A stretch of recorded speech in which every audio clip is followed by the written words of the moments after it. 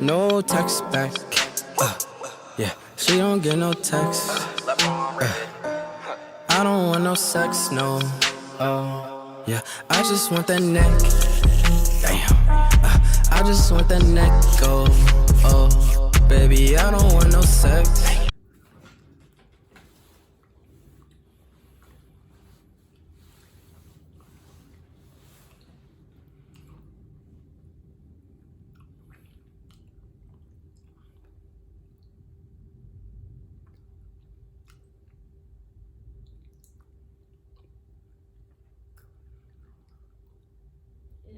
What? I know that's attractive. No, it's not. No? Stop. No. See, because now you're teasing.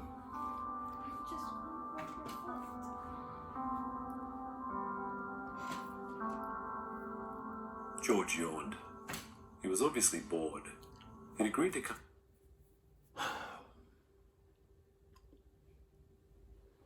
Really? For real? Two young ass kids. Nighttime. Curtains as open as a prostitute on a Tuesday night in Atlanta. Jesus. Mine for a sleepover because Don't I was ask new at houses. school. And he wanted to see what kind of house I lived in. Get a sense of what I was like. Right, pause. But I could tell he was already regretting the decision. I thought you said you had a PS4.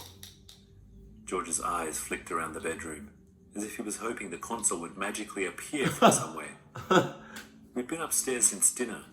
He'd explored my room. We chatted for a bit, then watched some random shows on Netflix.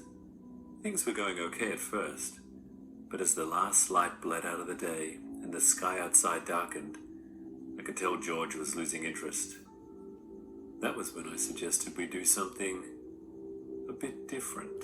Sus, you already acting sus. Nah, I don't have one, I said. Sorry. Are you still up for having a go at this game, though? What? Telling each other stories? Isn't that little kid stuff? George glanced at the watch on his wrist. I followed his gaze. George's watch was the first thing I noticed about him. He sits in front of me in English, and I spotted the watch after a ray of sunlight glinted off its face and caught my eye. It's a really nice watch. Most of the kids in my year have digital watches, those blocky ones that light up when you press a button on the side. But George's watch was different. Classic. More adult. It was one of the reasons I'd picked George to invite over. Sus. Hey, can I try your watch on? Nah, you good. George looked up at me and frowned. What? Your watch. Can I try it on? Nah, you It's good. really nice. You good, nigga. George stared at me for a second longer. Sorry. I don't let anyone try my watch on. My dad says I'm not allowed. He glanced around the room once more, his eye going from the door to the dark window. He sighed. Okay, let's play this dumb game then. What do I have to do? Ignoring the bored look on his face, I smiled. It's really easy. We just take turns telling each other a scary story. Bruh, he's acting so sus right now. Him right there, he's acting so sus. And then he called the game dumb. Like you can go home. You can go home. You can really just you don't have to be here. I was trying to do some sus things with you. That sounds really sus. But obviously you're not trying to go for it, so it is what it is. Deuces, you can go ahead and leave. I tried it. The scariest story you can possibly think of. Then, whoever's is the scariest wins the game. George rolled his eyes. I don't know any scary stories. Besides, I think I might get some sleep soon. I'm pretty tired. Come on. Just one each. I bet he You does. must know at least one scary story. I bet he knows Everyone a does. boatload. Plus, I know loads of good ones. That's what I'm saying. I watched George's face for a reaction. Unless you're one of those kids that frightens easily, that is, then I guess you might not like the game. Don't sell it then. It was a risk, but George bid. Don't I'm play not it. scared of anything. I've watched horror films with my big brother that are rated 18. We even found one on YouTube that's been banned, and I still watched it. I didn't say anything. I just looked back at So you don't notice the red flags. You don't notice the sus flags. You don't notice that he's in Sahut. I was about to say Sahus. I don't. Yeah, Sahus. But I don't know why I'm about to say Sahara Desert. I don't know why I was about to say that. But you don't know any. You don't notice any of those red flags. Any of those flags. Nothing whatsoever. For real. You really?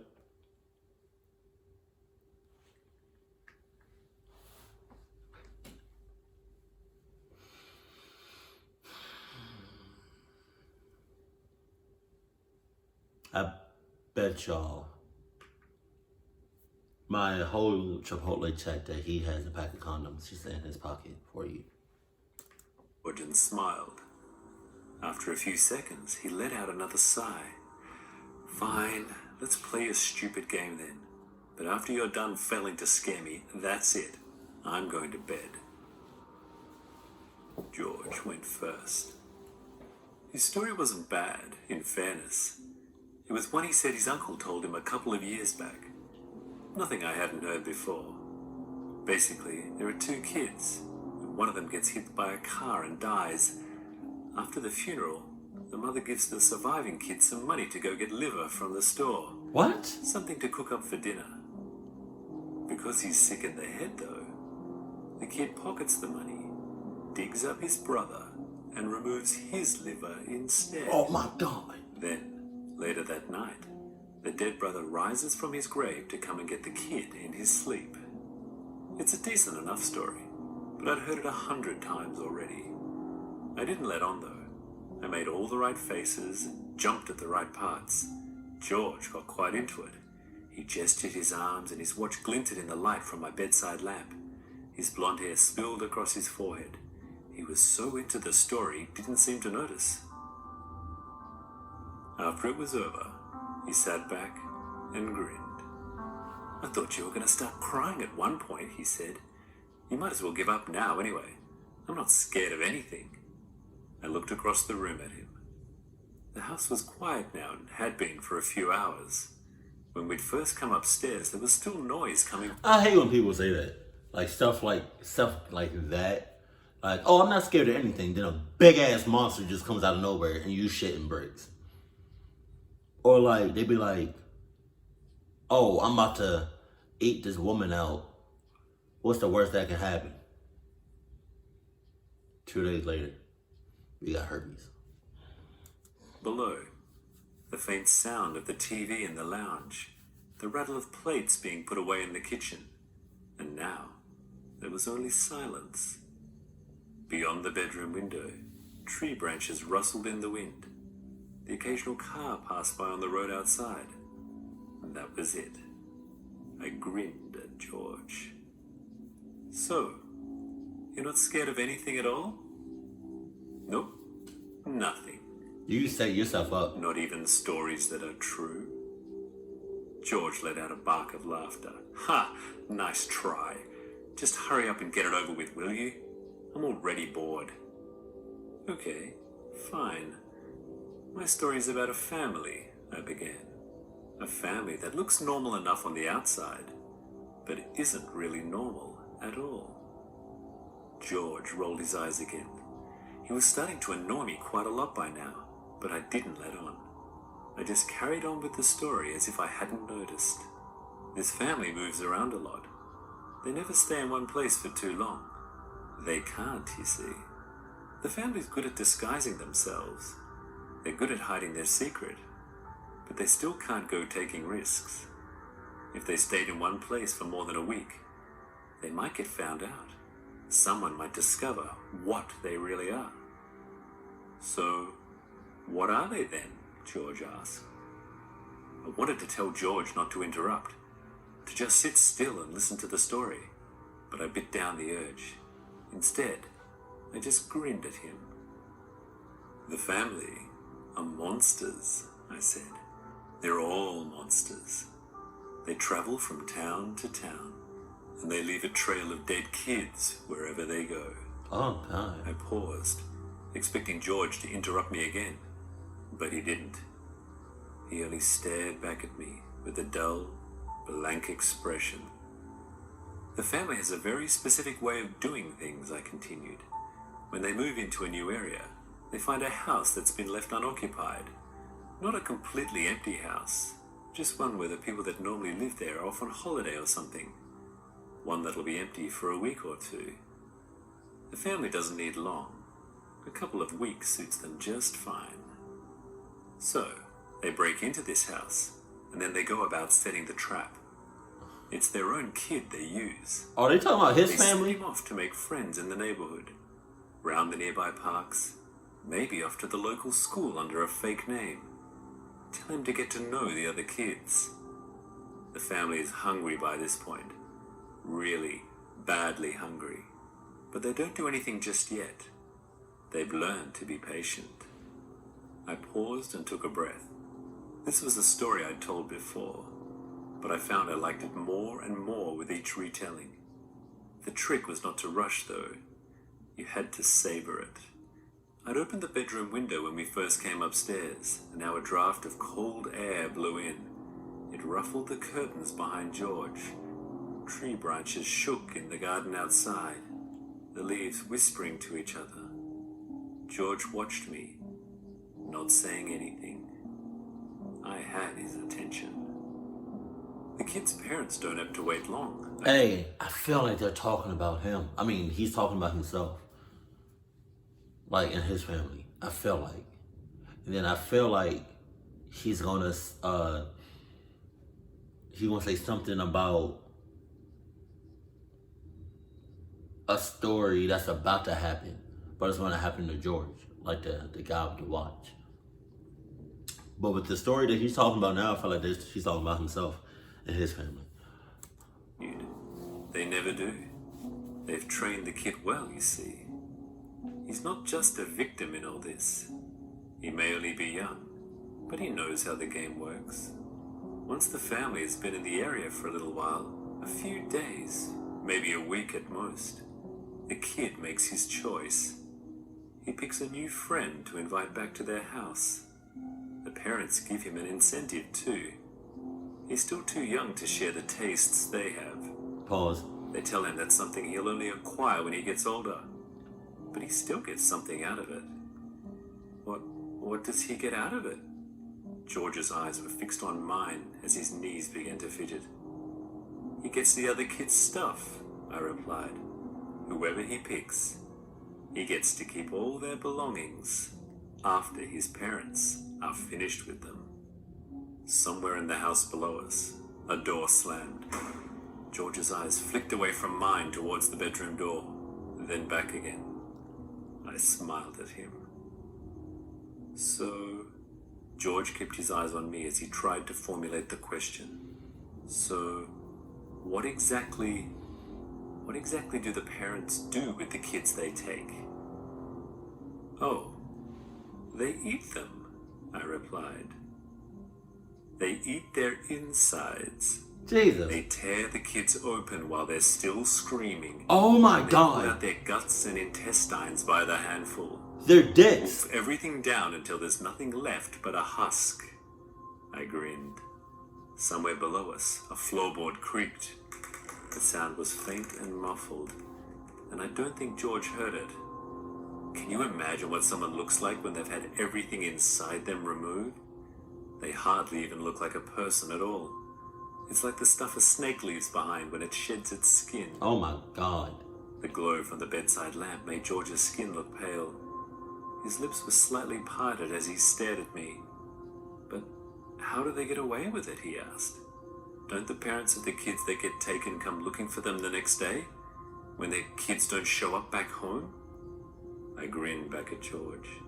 I'd been hoping he'd ask this. Oh, the family's long gone by that point, I said. They vanish like shadows in the night. The only thing they take with them is the remains of the dead kid. And when their parents come looking for them the next day, all they find is a locked house that belongs to somebody else. Another floorboard creaked. It was louder this time. We both heard it. The sound had come from the corridor outside the bedroom. George's eyes darted in the direction of the door. What was that? Oh, that was nothing. My ass. Probably just the house settling. There's nothing to be scared of, George. I eyed the watch on his wrist and imagined what it would look like on mine. From the corridor outside came the soft sound of approaching footsteps.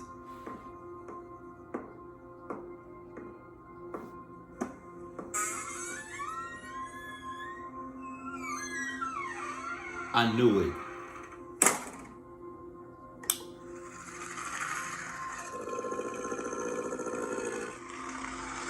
Saw that shit coming.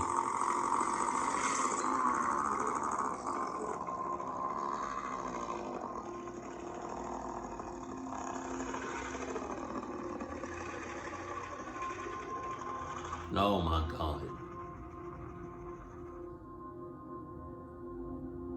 See, at that point, like, I would have, if I was, wasn't it George? I would have never got it to that point. You know? And I'm trying to think about, like, during this whole time, at what point could he have like just said, all right, you know what? This I already see the flags. I already see all the flags. I already see the red flags, sus flags, and sus flags. Then I see the red flags within the red flags. So that, like, when I felt like when he said he wanted to talk about scary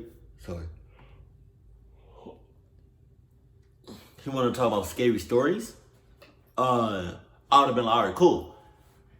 Now, when he said he wanted to talk about true scary stories, that's when I would have raised some suspicions.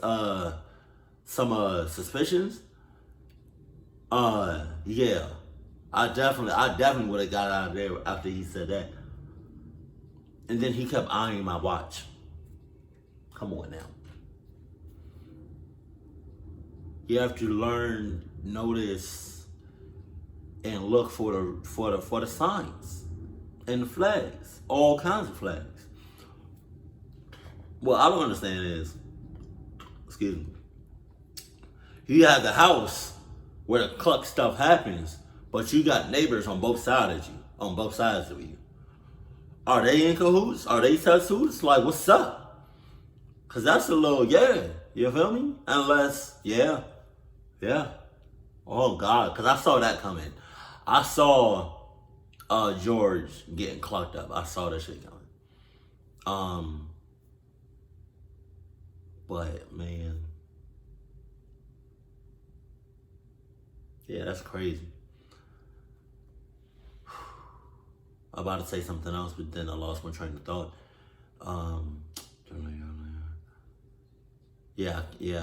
I can't really think of nothing right now. I hate that. I hate when you have something on your mind, but it's just it goes away. It goes away, but then it comes back when you don't really, and it like when you don't really like need to talk about it no more.